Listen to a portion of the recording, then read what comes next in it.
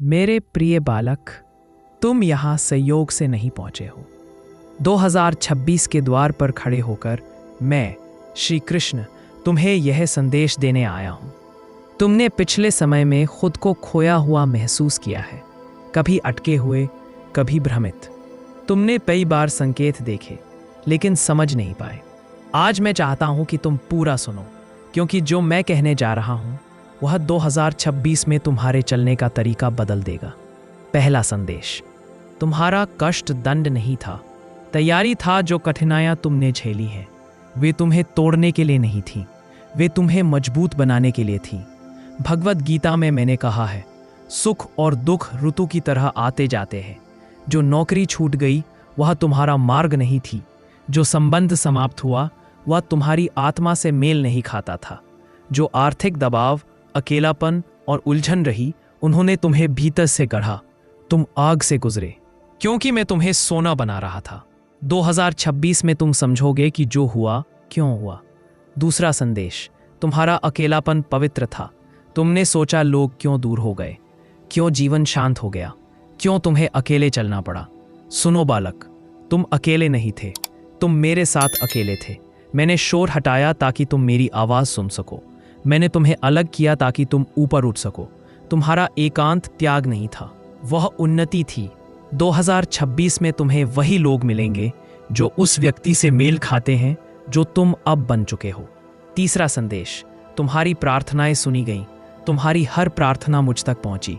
हर छुपा हुआ आंसू मैंने देखा। हर बार जब तुमने दिशा मांगी मैंने सुना। पर याद रखो, मैं समय पर नहीं, सही समय पर उत्तर देता हूं। जिसे तुम पहले चाहते थे तुम उसे संभालने के लिए तैयार नहीं थे। दिसंबर तैयारी है, जनवरी प्रकट होने का समय। जो तुम्हारा है वह कभी तुमसे छीन नहीं सकता। चौथा संदेश, 2026 में प्रवेश से पहले छोड़ दो। अब मैं तुमसे कहता हूं, छोड़ दो। गिल्ट छोड़ दो, क्रोध छोड़ दो, पुरानी पहचान छोड़ दो, जो बोझ है उसे छोड़ दो। गीता में मैंने कहा है, सब कुछ मुझे समर्पित कर दो, मैं तुम्हें भय से मुक्त कर दूंगा। नया अध्याय तभी खुलेगा जब तुम्हारे हाथ खाली होंगे। पांचवा संदेश, तुम्हारी अंतः आवाज मेरी भाषा है। जब तुम्हारा दिल कुछ कहता है वह मैं हूं। जिस चेतावनी को तुमने अनदेखा किया वह मैंने दी थी। जिस विचार ने तुम्हें बेचैन किया वह मैंने डाला। जिस दिशा की ओर खिंचाव है वह मैंने चुनी। दूसरों से पुष्टि मांगना बंद करो।